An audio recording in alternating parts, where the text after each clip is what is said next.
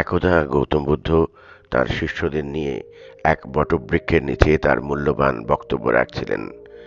তখন সন্ধ্যার সময় ছিল।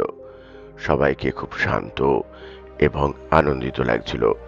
সবাই খুব মন দিয়ে গৌতম বুদ্ধের বক্তব্য শুনছিলেন। যাই হোক, গৌতম বুদ্ধের কথা শুনতে শুনতে হঠাৎ এক শিষ্য গৌতম বুদ্ধকে প্রশ্ন করে বলেন, হে তথাগত, আপনি যখন আমাদের কাছে থাকবেন না, যখন আমরা আপনার সাহচর্য, আপনার মূল্যবান বক্তব্য এবং জ্ঞান থেকে বঞ্চিত হব, তখন আমরা আমাদের জীবন কিভাবে চালিত করব? আপনার সান্নিধ্য ছাড়া আমাদের পক্ষে এক পাও চলা সম্ভব নয়। এই চিন্তাই আমাকে বারবার ভাবিত করে তোলে। সবকিছুই অন্ধকার হয়ে উঠবে। এই অন্ধকার থেকে আলো কে দেখাবে আমাদের?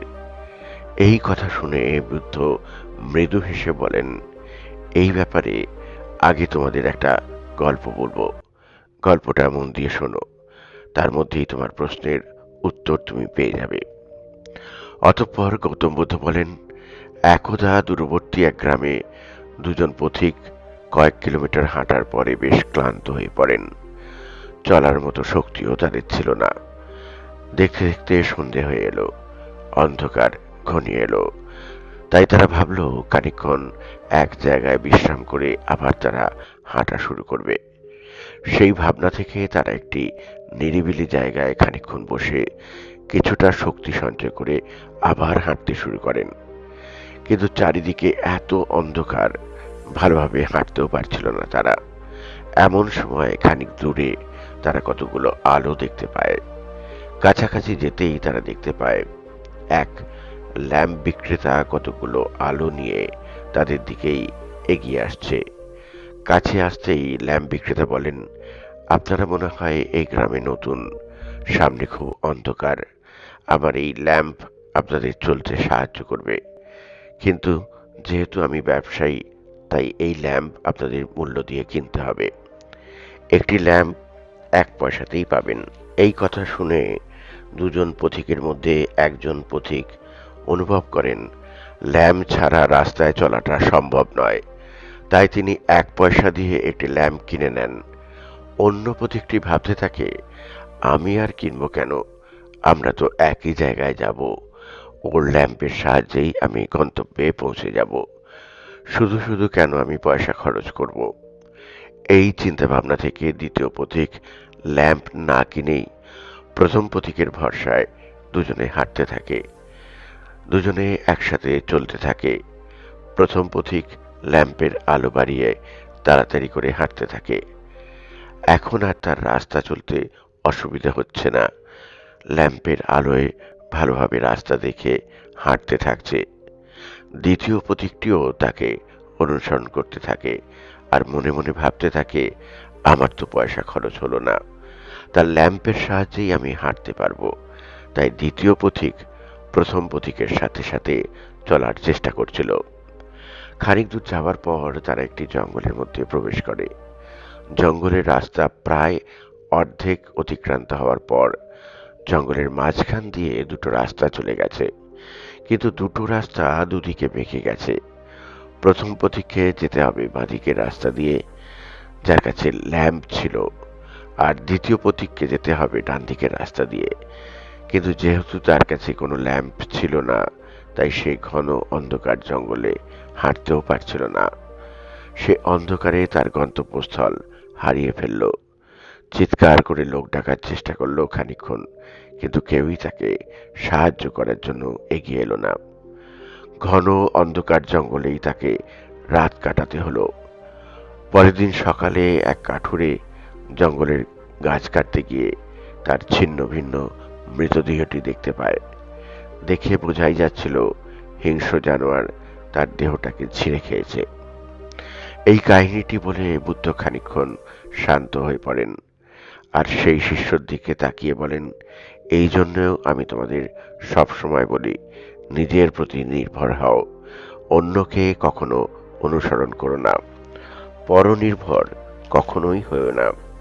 নিজের জীবনে পথ চলার জন্য নিজেকেই আলোর ব্যবস্থা করতে হবে। অন্যরা শুধু তোমাকে পথ দেখাতে পারবে, কিন্তু সেই পথে হাঁটতে তোমাকেই হবে। কিভাবে হাঁটবে সেটা সম্পূর্ণ তোমাকেই জানতে হবে। তার জন্য সমস্ত শক্তি এবং বুদ্ধি প্রয়োগ করতে হবে তোমাকে নিজেকেই।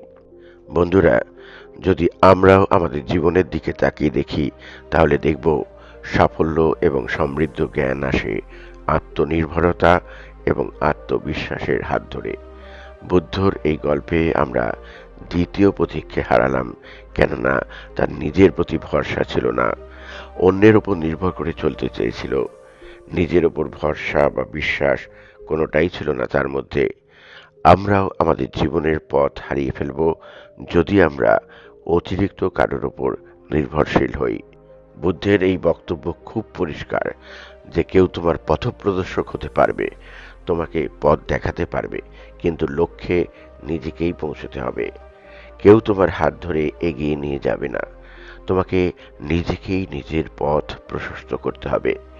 যেমন একজন ব্যবসায়ীকে তার ব্যবসায়িক সাফল্যের জন্য তাকেই চিন্তা ভাবনা করতে হবে, পরিকল্পনা করতে হবে, যাবতীয় সিদ্ধান্ত তাকেই নিতে হবে। তার জন্য কেউ তাকে সাহায্য করবে না কখনো।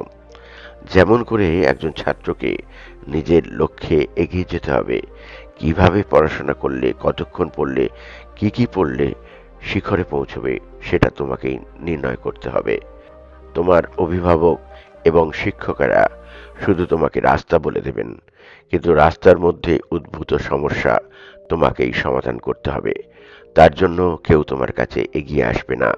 জীবনে যখনই কোনো কঠিন সমস্যার মুখোমুখি হবে, এটা সব সময় মনে রাখবে, তোমার এই সমস্যার সমাধান নিজেকেই খুঁজে বের করতে হবে। তোমার সমস্যা অন্য কেউ সমাধান করবে না। এই নীতি জীবনের সর্বত্রই প্রয়োগ করতে হবে, তা সে আধ্যাত্মিক ক্ষেত্রেই হোক বা বাস্তবিক ক্ষেত্রেই হোক। বাস্তব জীবনে অনেক মানুষ অনেক জ্ঞান সঞ্চয় করে, কিন্তু সেই জ্ঞানকে বাস্তবে প্রয়োগ করতে ব্যর্থ হয়ে যায়। জ্ঞান ক্ষমতাহীন, জ্ঞানের নিজস্ব কোনো শক্তি নেই। তোমার অভ্যেসের দ্বারা, অনুশীলনের দ্বারা ভিতকে শক্ত করো। তাই বুদ্ধর কথাগুলো স্মরণ করো, হৃদয়ের পাশাপাশি নিজেকে আলোকিত করো। নিজের জীবনের ল্যাম্পকে জ্বালিয়ে তোমার যাত্রাপথ সুগম করো। তোমার গন্তব্যপথ সবকিছুই তোমার হাতে, এবং যাত্রাপথ শুধুমাত্র তোমার, যেখানে কেবলমাত্র তোমাকেই চলতে হবে। ভালো থাকো বন্ধুরা, আবার দেখা হবে পরবর্তী ভিডিওতে। নতুন হলে চ্যানেলটি সাবস্ক্রাইব করে পাশে থাকবেন। ধন্যবাদ।